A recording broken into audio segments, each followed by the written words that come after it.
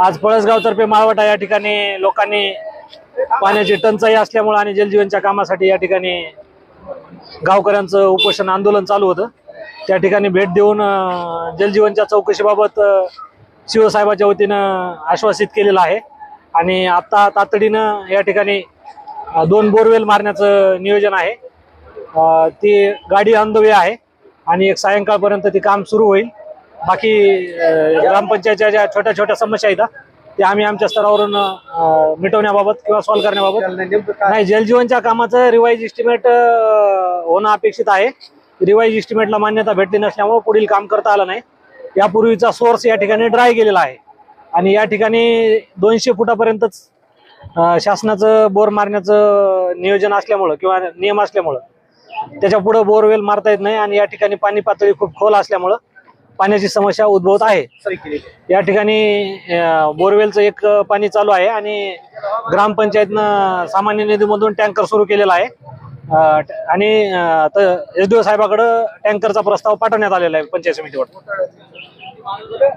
संभाजी डाफर माझं नाव आहे सर। या जे जलजीवनचं मिशनचं काम केलेलं आहे विहिरीचं, त्याला पहिलं पाणी लागलेलं नव्हतं, तरी बी त्याचं बांधकाम करण्यात आले।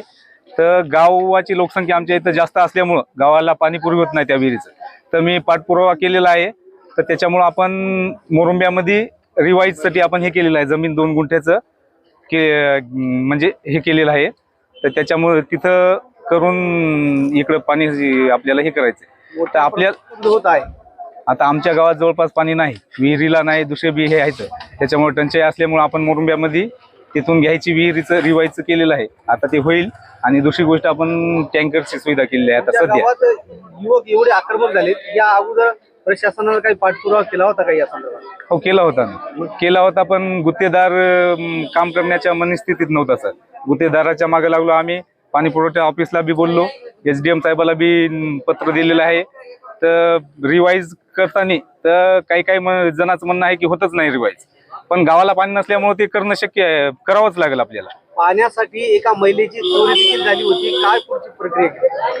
काय नाही सर, तिथं आता टँकर आपण केलेलं आहे ते चालू, तर हापश्याला पाणी येत नव्हतं आणि आमच्या इथं हापसे जे आहेत त्याला पाणी येत नाही। एक बोर फक्त चालू आहे आणि एक हापसा बस स्टँडचा चालू आहे। एकंदरीत गावात किती बोर आहेत? 12 आहेत सर। पाणी कुठंच नाही, फक्त 2 चालू आहेत, ते बी साधारण। काय ना? शिवानंद बालाजी डाकोरे, वय वर्ष 30। मूळ ग्रामपंचायतकडे आमची अडचण एवढीच आहे, एवढी अडचण म्हणजे आयुष्यामध्ये म्हणजे आम्हाला 30 वर्ष व्हाले। तर आमचा वडील इथं झाले, आजोबा इथलेच, परंतु त्याच्यापासून जरी पाहिलं तर पाण्याचा प्रश्न आमचा काय आतापर्यंत मिटलेला नाही। भारत स्वातंत्र्य होऊन या ठिकाणी 80 वर्ष झाले, परंतु 3 वेळेस शासनाच्या पाणी पुरवठ्याच्या योजना आल्या, तिन्ही या ठिकाणी असणारं प्रशासनानं हो, शासनानं हो, याच्यात गुत्तेदारी असो, यांनी आतापर्यंत खाण्याचंच काम केलं। 2023 पासून जलजीवन मिशन अंतर्गत आमच्या गावामध्ये काम झालं। त्या ठिकाणी संबंधित विहिरीला आमच्या पाणी म्हणावं तसं त्या ठिकाणी लागलं नाही, परंतु याच्यामध्ये असणारं प्रशासनानं थोडा आपल्याला दिलंगाई केल्यामुळं त्या संबंधित गुत्तेदारानं काम पूर्ण केलं आणि माझ्या माहितीप्रमाणे 90% निधी हा त्या गुत्तेदारानं संबंधित गुत्तेदारानं उचलून त्या ठिकाणी घेतलेला आहे।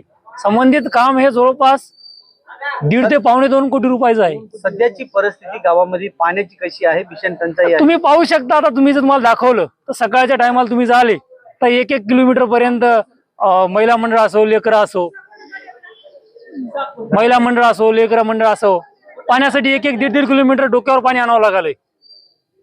एवढी भयंकर परिस्थिती आहे। काल आज अधिकाऱ्यांनी तुम्हाला काय आश्वासन दिले? आश्वासन या ठिकाणी या संबंधित जलजीवन मिशन अंतर्गत याची चौकशी उद्याच्याला तात्काळ या ठिकाणी नरवाडे सरांकडे शिवसाहेबाला आताच फोनवर बोलले, त्यांनीच आता सांगितलं की त्यांचा एक प्रतिनिधी उद्याच्याला येईल आणि सखोल याची खोलवर या ठिकाणी या कामाचं या ठिकाणी झालेलं आहे, भ्रष्टाचार झालेला का कशा प्रकारे झालेलं याची चौकशी होईल असं आश्वासन या ठिकाणी आम्हाला BDO साहेबांनी दिलं त्यांनी।